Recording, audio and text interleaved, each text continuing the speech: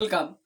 SLST সহ সমস্ত নিয়োগ প্রক্রিয়ায় ওবিসি রিজার্ভেশন নিয়ে কি একটু লেজে গবরে অবস্থায় হতে চলেছে? নয়া সংকট কি তৈরি হচ্ছে? কারণ বিসিডব্লিউ অর্থাৎ ব্যাকওয়ার্ড ক্লাস ওয়েলফেয়ার যে ডিপার্টমেন্ট আছে, তার যে 15 তারিখে একটি মিটিং এবং সেখান থেকে যে নির্দেশ বিভিন্ন নিয়োগ সংস্থাকে পাঠানো হয়েছে, তার কিছু নোটিশ সামনে এসেছে। সেখান থেকে কিন্তু টোটাল নিয়োগ প্রক্রিয়াকে যেভাবে 3টি ভাগে ভাগ করা হয়েছে, তা নিয়ে বেশ কিছু সমস্যা তৈরি হচ্ছে। কিছুজন বা কিছু ক্ষেত্রে আমাদেরও আশার আলো মনে হলেও একটা আশঙ্কাও কিন্তু তৈরি হচ্ছে। জানি না, সেই আমরা চাইব আমাদের আশাটা পূরণ হোক, আশঙ্কাটা নির্মূল হোক, মিথ্যে হোক, ভয় হোক, মানে আমাদের আশঙ্কাটা ভুল প্রমাণিত হোক। কিন্তু যেভাবে বিষয়টা সামনে উঠছে, তাতে করে কোন পথে এগোতে পারে সেই বিষয়টা একটু ক্লিয়ার করবার চেষ্টা করব। যদি সম্পূর্ণ ক্লিয়ার করা এই মুহূর্তে অন্তত আমার পক্ষে বা কারো পক্ষেই সম্ভব নয়। আপনারা জানেন সম্প্রতি যে ওবিসি 17% রিজার্ভেশন ছিল, যেটা হাইকোর্ট 22/5 24 তারিখে খারিজ করে। পরে সেটা নিয়ে সুপ্রিম কোর্টে যায় তৎকালীন রাজ্য সরকার, এবং নতুন সরকার এসে সেই পুরনোটাকেই বহাল রেখেছে। 2010-এর আগে অর্থাৎ 7% ওবিসি রিজার্ভেশন থাকবে, 17% থাকবে না, এবং সেটার যে সুপ্রিম কোর্টের যে পিটিশন সেটাও উইথড্র করে নিয়েছে। এখানে যে সংকটটা তৈরি হয়েছে অনগোয়িং প্রসেসগুলো, যে নিয়োগগুলো চলছে, তার মধ্যে আমরা আছি। আমাদের এসএলএসটি 2টা নিয়োগ প্রক্রিয়াটা অনগোয়িং চলতি পড়ছে। দেখুন, এই অনগোয়িং এর আবার কেউ ব্যাকরণ খুঁজবেন না যে সেই 22/5-এর আগের তো না, আমি সেভাবে বিষয়টা আসছি না। প্রক্রিয়াটা তো চলছে, সেই অর্থে তো অনগোয়িং। এটাই 7% পড়বে না 17%। আপনারা জানেন এটা যদি চেঞ্জ হয়, সমস্ত নিয়োগ প্রক্রিয়াটার মধ্যে একটা বড় প্রশ্নচিহ্ন আসছে। এইগুলো নিয়েই যে ওবিসি দপ্তরটা যাদের আন্ডারে, BCW backward class welfare department, তাদের কিন্তু একটা মিটিং এবং একটা নির্দেশ বিভিন্ন নিয়োগ সংস্থা, school service commission, college service commission, panchayat থেকে সমস্ত যেখানে যেখানে নিয়োগ চলছে, তাদের কাছে একটা নোটিশ গেছে এবং 7 দিনের মধ্যে কিছু তথ্য চেয়ে পাঠিয়েছে, খুব গুরুত্বপূর্ণ। এবং সেই ডিপার্টমেন্ট মোটামুটি নিয়োগটাকে 3টি ভাগে ভাগ করেছে। 22/5/2024-এর আগে নোটিশ বেরিয়েছে এমন নিয়োগ প্রক্রিয়া।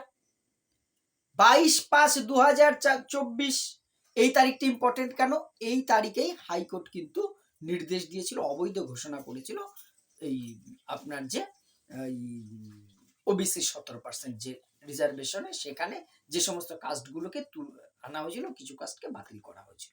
ফলে তার আগে যদি নিয়োগ হয়, সেইগুলো ইজিলি 17% হবে, কোনো সমস্যা নেই। যদিও 22/5-এও বলা হয়েছিল যে অনগোয়িং নিয়োগ বা যারা চাকরি করেন তাদের ক্ষেত্রে কোনো রকম ভাবেই ইফেক্ট পড়বে না, এরা এটা সেটা বলেছিল হাইকোর্ট। এইবার সেকেন্ড যেটা বলেছে 10/6/25 থেকে 18/5/2026 পর্যন্ত, যে ডেটটায় এই সিদ্ধান্ত নেওয়া হয় যে 7%-এ ফিরে আসবো আমরা, এর মাঝখানে যেগুলো নিয়োগ বিজ্ঞপ্তি জারি হয়েছে তার স্ট্যাটাসটা জানতে চাওয়া হয়েছে।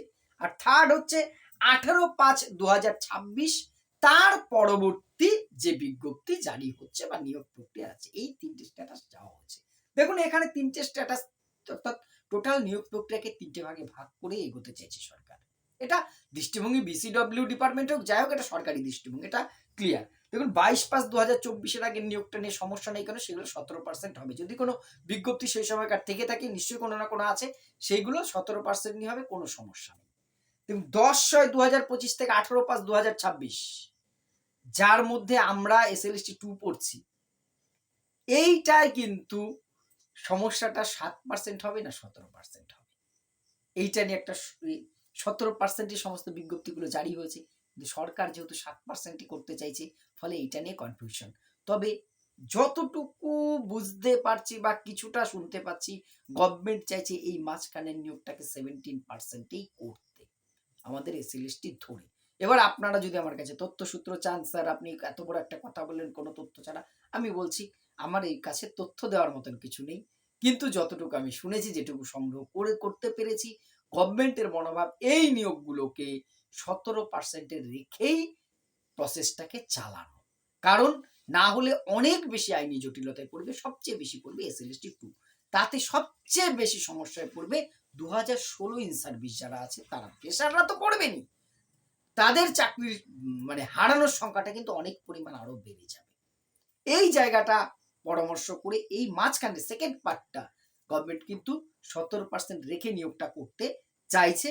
আর তারপর অর্থাৎ 18/5/2026 পরে যদি কোনো বিজ্ঞপ্তি পড়ে সেটা তো নির্ধারিত জানি 7% মেনেই নিয়োগ হবে, এটা নিয়েও কিন্তু কোনো সমস্যা নেই।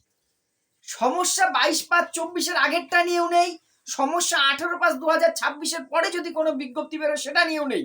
কারণ আগের গুলো 17% হবে কোর্টের নির্দেশেই, পরের গুলো 7% হবে এটাও নির্দেশ। কিন্তু সমস্যা কোনটা নিয়ে? 10/6/2025 থেকে 18/5/2026 এই যে এই লং পিরিয়ডটা, এই টাইমের যে নিয়োগগুলো এইগুলো নিয়ে, এটা নিয়েই কিন্তু আইনি জটিলতা। সরকার তার যারা অ্যাডভোকেট আছে তাদের সাথে যুক্তি পরামর্শ, আইনি পরামর্শ নিচ্ছেন বিভিন্ন জায়গার থেকে এবং এই সমস্যাটা দ্রুত সমাধান করে নিয়োগে এগোতে চাইছে। তবে এসএলএসটির ক্ষেত্রে সম্ভবত যে যতটুকু, আবারও আমি বলছি, 17% মেনেই নিয়োগটার সম্ভাবনা আছে। এবং কি স্ট্যাটাসে আছে সমস্ত ডিপার্টমেন্টকে কিন্তু 7 দিনের মধ্যে, 15 তারিখে নোটিশটা হয়েছে, 7 দিনের মধ্যে জানাতে হবে, 21-22 তারিখের মধ্যে। তারপরে কিন্তু একটা বড় আপডেট সামনে আসার সম্ভাবনা রয়েছে। এবার এই মুহূর্তে আমাদের অপেক্ষা করা ছাড়া কিছু নেই। অনেকেই হতাশ হয়ে যাচ্ছেন যে আমরা কি তাহলে প্যানেলের বাইরে চলে যাব ওবিসি যদি বাজে। দেখুন, এখনই সেই কথা বলার সম্পূর্ণ সময় আসেনি।